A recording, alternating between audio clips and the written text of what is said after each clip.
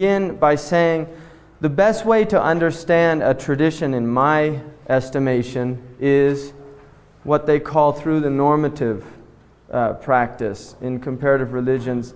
I studied that. My undergraduate work was in comparative religion, and I noticed that teachers tended to take two routes, one of two routes.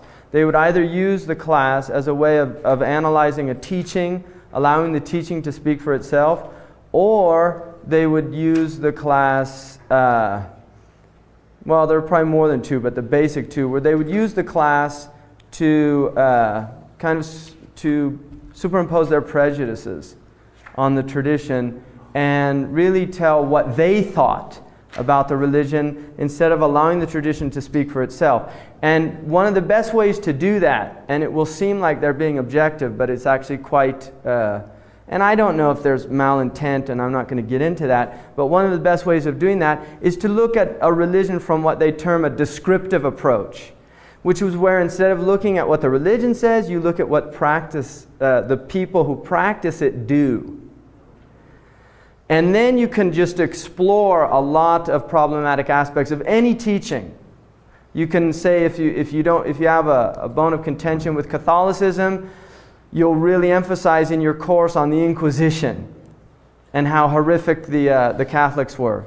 That's true, but the problem is that often focus on that. And we live particularly in an age when secularism has become quite dominant, and the religious worldview, certainly in the West, has taken a back seat. But my point of bringing that out is that I would prefer that anyone who looked at a tradition, and this is my practice with any religious tradition, is to look first and foremost at how the tradition itself is articulating itself, how the tradition is describing itself, irrespective of how it's been practiced in the past by people, whether it's Christianity, Judaism, Islam, Hinduism, or Buddhism. And then to move into a descriptive examination of the teaching, of how has this teaching impacted human cultures.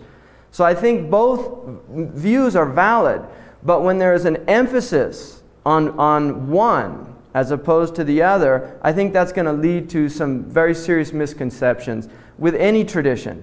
And that on top of biases that people might have, so they'll examine certain areas to the exclusion of other areas.